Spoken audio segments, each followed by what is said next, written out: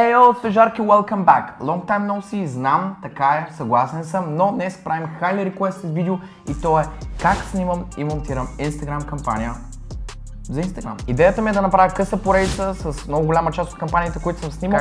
Какво, защо сме го използвали, защо сме взели това решение, къде сме отишли, как сме го снимали, защо така сме го снимали, кой е участвал, защо го правим и има ли смисъл изобщо да продължавам да снимам. Изключваме факта, че не съм снимал от супер много време и последното видео е качено преди цели 6 месеца.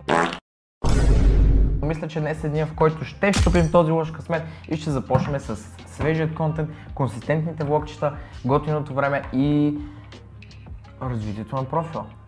Let's go! Преди всичко искам да кажа, че всеки клиент и всяка кампания е различна, така че не всичко важи за абсолютно всяко видео и всяко видео е различно спрямо от това, което търсим като финален ефект и това, което искаме да постигнем като финален резултат. И да започнем, ще направим чисто нов таймлайн, защото на този е пълен хаос, абсолютен дизастър, има супер много моменти, неща, които са извадени, клипове, които дори не се знае използвани или не са, затова просто цъкаме дубликейт таймлайн, цъкаме си втория таймлайн и махаме ненужните клипове, които изобщо не ни трябват и работим с финалния експорт. Плейваме видеото от самото начало и намаля малко музиката, за да не ни пречи. Можем да видим, че има супер много кадри и видеото е доста динамично, преплитане на общи, близки планове с спидрампи, както и slow motion.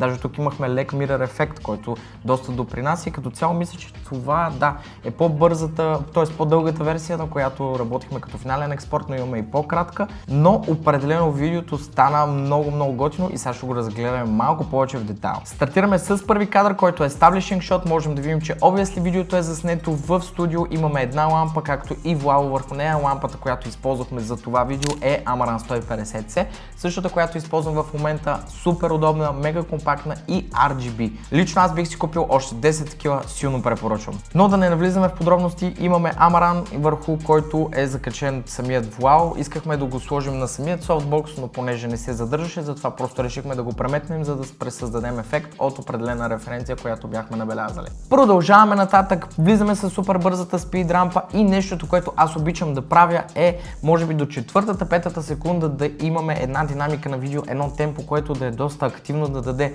доста сила и силен ход на самото видео още от самото начало и след това да преминем към един леко по-бавен монтаж с също премесен с speed ramp и с slow motion, но като цяло самото интро на видеото да е супер бързо и динамично. Преминаваме към средната част на видеото, която е доста по-активна. Имаме повече бюти кадри, кадри на самите корсети, за да се добие представа за какво става въпрос. Също както и моменти с леки ефекти, които са подсилени отново с филм бърнове и допринасят за цялостния вид на видеото. Тук имаме mirror ефект, който също сме дупликирали и използвали отново тук.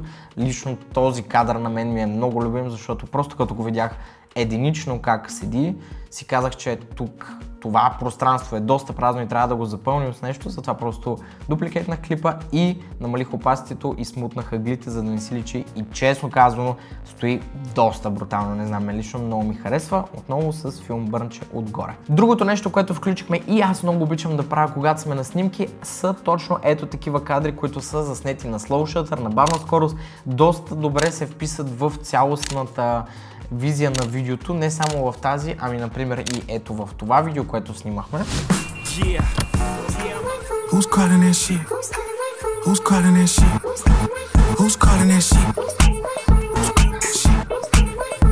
Преминаваме към финалната част от видеото, в която имаме доста повече смут едитинг, доста по-плавни кътове и не чак толкова забързаност и динамика, не чак толкова ефекти, които пък ни помагат да включим малко повече кадри от Ronin, защото тук с FPV режима правим брутали. Като цяло мега чил кампаника, 26 секунди, имаме си ефектите, имаме си видеята и пълна креативна свобода да направим каквото и както пожелаем.